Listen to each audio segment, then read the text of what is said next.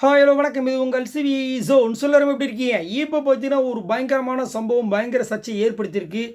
எல்லாரும் அப்படி கொதிச்சு போயிருக்காங்க. காரணம், காலையிலேருந்து பார்த்தீங்கன்னா சாச்சனா எவிட் ஆவாங்களா, சாச்சனா எவிட் ஆவாங்களா, இது வந்துட்டு காலையில் மட்டும் கிடையாது, கடந்த 3 வாரமாக வந்து ஒரு விஷயம் வந்துட்டு கேள்வியாக கேட்கப்படுது. ஏன் ப்ரோ இன்னைக்காவது சாச்சனா வெளியே போயிடுவாங்களா அப்படின்ற மாதிரி. ஏன் அப்படி பார்த்தீங்கன்னா அது மட்டும் இல்லாமல் அவங்க கேட்குற விஷயங்களும் தவறே கிடையாது. ஏன்னா அன்அஃபிஷியல் வோட்டிங்ஸ் படி இது வரைக்கும் இத்தனை வருஷமாக நடந்த விஷயங்கள் கரெக்டாக இந்த ஒரு 3 வாரமாக நடக்காததுக்கு காரணம் என்ன? அது மட்டும் இல்லாமல் இவங்களால வந்துட்டு வர்ஷினி வெளியே போகிறாங்க, ரியா வெளியே போகிறாங்க, என்னையா நடக்குது? சரி இந்த வாரமாவது வெளியே போவாங்களா? ஏன் அப்படி பார்த்தீங்கன்னா லாஸ்ட்டில் இருக்கிற அவங்களுக்கும் மேலே இருக்கிற ஆர்ஜி ஆனந்திக்கு பார்த்தீங்கன்னா கிட்டத்தட்ட 10,000 ஓட்டு டிஃப்ரெண்ட்ஸில் இருக்குது. 10,000 ஓட்டு டிஃப்ரெண்ட் இருக்கும்போது கண்டிப்பாக இந்த வாட்டி வந்துட்டு சாச்சனா வெளியே போயிடுவாங்க அப்படின்னு ஒரு காரணத்தினால தான் வந்து நிறைய பேர் வந்து முன்கூட்டியே வந்துட்டு சாச்சனா எவிக்டட் அப்படி நம்மளாம் போட்டாங்க. தர்ஷிகா எவிக்டட் அப்படின்னு நம்மளாம் போட்டாங்க. ஏன் அப்படின்னா விஜய் விஷாலோட கேம் வந்து கண்டிப்பாக வந்து இம்ப்ரூவ் பண்ணுறதுக்கு பிக் பாஸ் வந்து நிறைய விஷயங்கள் பண்ணுவாங்க. அதுக்கு முதல் தடையாக இருக்கிறது தர்ஷிகா. அதனால் அதை பண்ணுறதுக்கு வாய்ப்பு இருக்குது, டபுள் விஷயம் இருக்கிறதுக்கு வாய்ப்பு இருக்குது. இந்த ஒரு விஷயத்தால் வந்து அந்த மாதிரி போட்டு விட்டாங்க. பட் இப்போ என்ன நடந்திருக்குன்னா, நான் ஆல்ரெடி போட்டேன், ஆர்ஜி ஆனந்தி தான் இந்த வீட்டை விட்டு போகிறாங்க அப்படின்ட்டு. ஸோ சாச்சனாவுக்கு விட 10,000 ஓட்டு அதிகமாக வாங்கின ஆர்ஜி ஆனந்தி போயிருக்காங்க அப்படின்னா, அப்போ சாச்சனா போக போகிறது உறுதி இல்லை அப்படின்றது இங்கே நல்லாவே தெரியுது. இப்போ நீங்கள் இன்னும் வந்துட்டு மக்களை வந்து ஏன் இவ்வளோ முட்டாளாக்குறீங்கன்றது என்னோடய கேள்வி.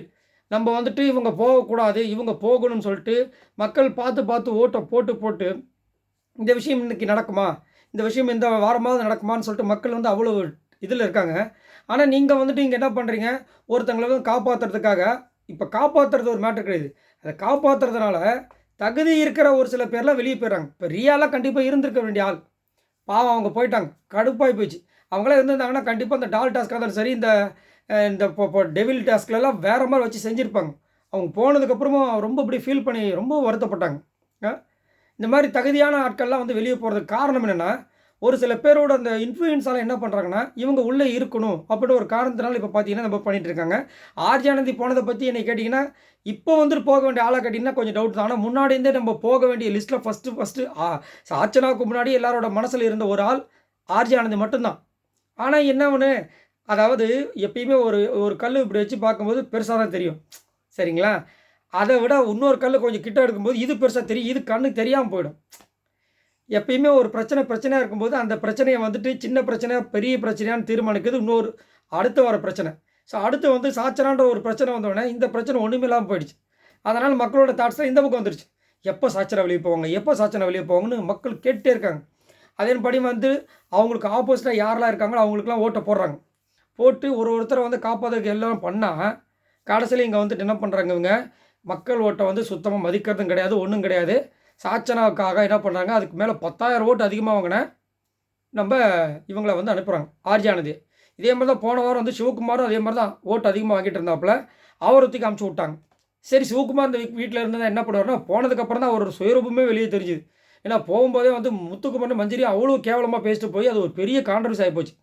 இப்போ ரீசெண்டாக பார்த்தீங்கன்னா விஜய் டிவியோட அந்த ரோஸ் சம்பவம் அதில் பார்த்தீங்கன்னா வச்சு வெளுக்கிறாங்க பொழுது அவரை. ஸோ என்னத்தை சொல்கிறதுன்னு தெரியல. ஸோ இப்போ இதுதான் வந்து தகவல். ஸோ ஆர்ஜி வந்து வெளியே போயிட்டாங்க சாச்சனாவை காப்பாற்றுறதுக்காக. ஆனால் இன்னொரு எவிக்ஷன் இருக்குன்றாங்க. ஒருவேளை வந்து ஒரு சஸ்பென்ஸை கொடுக்கறதுக்காக. ஏன்னா அவங்களுக்கு தேவை பார்த்தீங்கன்னா டிஆர்பி. இந்த மாதிரி ஒரு ஒரு எதிர்பார்ப்பை வச்சு டப்புன்னு வந்து ரெண்டாவதாக வந்துட்டு வெளியே போகிறத வந்து அந்த மாதிரி பண்ணியிருப்பாங்களோ, ஒரு வேளை நடக்குமோ, எல்லாம் ஒரு ஹோப்பு தானே அப்படின்ற மாதிரி தோணுது. சரி நீங்கள் உங்களோட கமெண்ட்ஸை சொல்லுங்கள். இதுக்கப்புறம் ஒரு எவிக்ஷன் கண்டிப்பாக இருக்குமா இருக்காதா?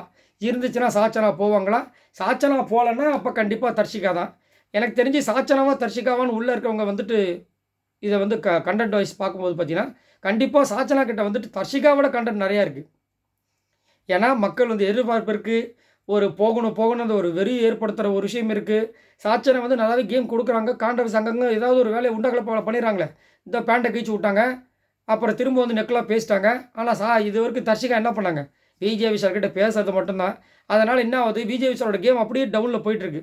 ஏன்னா விஜய் விஷால்லாம் வந்து டாப் 5ல் வரணும்னு அவங்களாம் முன்னாடியே முடிவு பண்ண ஒரு பர்சன் மாதிரி தான் இருக்குது. அப்படின்னும் போது கண்டிப்பாக வந்துட்டு தர்ஷிகா வச்சிருக்க மாட்டாங்க அப்படின்ற மாதிரி தோணுது. சரி பார்க்கலாம் என்ன நடக்குதுன்னு. உங்களோட கருத்துக்களை சொல்லுங்கள். உங்களுக்கு என்ன விஷயங்கள் தோணுது, உங்கள் மனசுக்குள்ள என்ன தோணுது, மறக்காம கீழே கமெண்ட்ஸ் பண்ணுங்கள். இந்த வீடியோக்கு ஒரு லைக் பண்ணி தட்டி விடுங்க. மறக்காம ஒரு சேனலை சப்போர்ட் பண்ணுங்கள். பாய் நண்பர்களே.